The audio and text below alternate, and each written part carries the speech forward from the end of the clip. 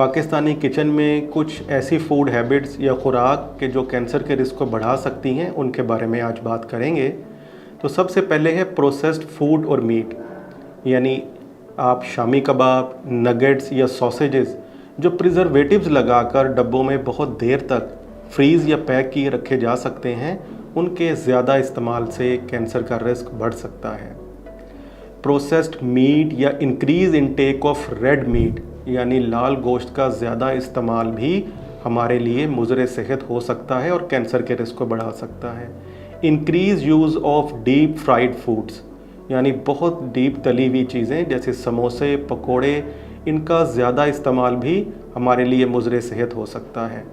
Pickled foods, यानी अचारी खुराक ज़्यादा इस्तेमाल करना भी हमारे मैदे के लिए मुज़र है और हमारे लिए आने वाले दिनों में दिक्कत का बायस बन सकता है।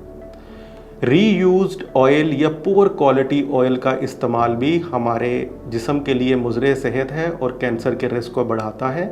ग्रिल्ड फूड, यानी बारबेक्यू की हुई चीज़ें जिसमें हम डायरेक्ट आग की तपिश के ऊपर चीज़ों को पकाते हैं और उनके अंदर फूड जलने का ख़दशा और मुज़र केमिकल्स बनने का ख़दशा ज़्यादा होता है, वो भी हमारे जिस्म के अंदर कैंसर के रिस्क को बढ़ा सकते हैं।